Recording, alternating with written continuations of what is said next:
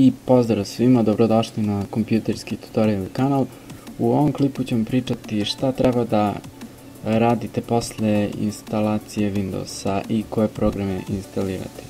Prvo što trebate da uradite da instalirate su naravno driveri, jer bez njih vaš kompjuter neće lepo raditi. Posle drivera najvažnije je da instalirate neke programe, internet pretraživače, neki oblik Office-a, Flash Player, Javu, kodeke, PDF, Reader, Skype i tako to. Pa tek onda igrice, znači igrice tek na kraju kada instalirate sve potrebne programe.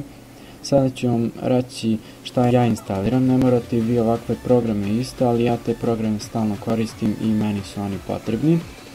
Prvo da krenem sa najvažnijima, a to su Flash Player, Java, za kodeke koristim QT-Lite paket jer su najbolji, u njemu imate sve potrebne i nepotrebne kodeke.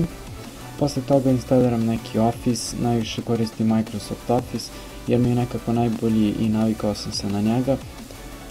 Pa sada vi imate i hiljade raznih koje možete da instalirate.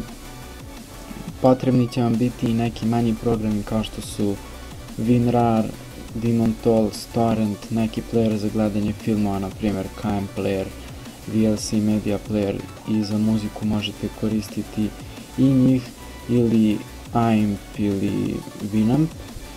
Za PDF čitač koristim Adobe Reader jer mi je nekako najbolji i najbolje se snalazim na njemu.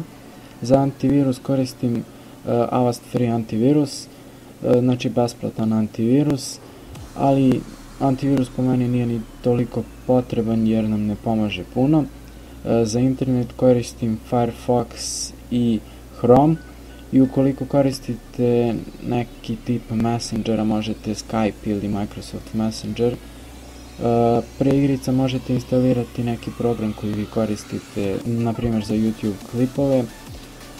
Ja koristim Camtasia Studio, Sony Vegas, Adobe Premiere Pro, After Effects, i za slike možete koristiti Photoshop, GIMP ili na primjer Picasso.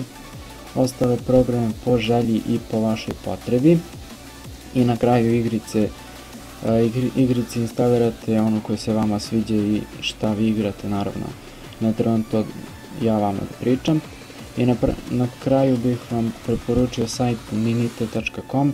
Na njega možete sve ove programe i neke druge koji su klasični i potrebni za Windows skinuti besplatno. Znači samo čekirajte programe sa liste i skinete ih sve odjedanput, u jednom installer programu će biti. Jako koristan sajt po meni. Ukoliko vas zanima više o tom sajtu, možda ću pričati o njemu u nekom drugom klipu ukoliko vas zanima.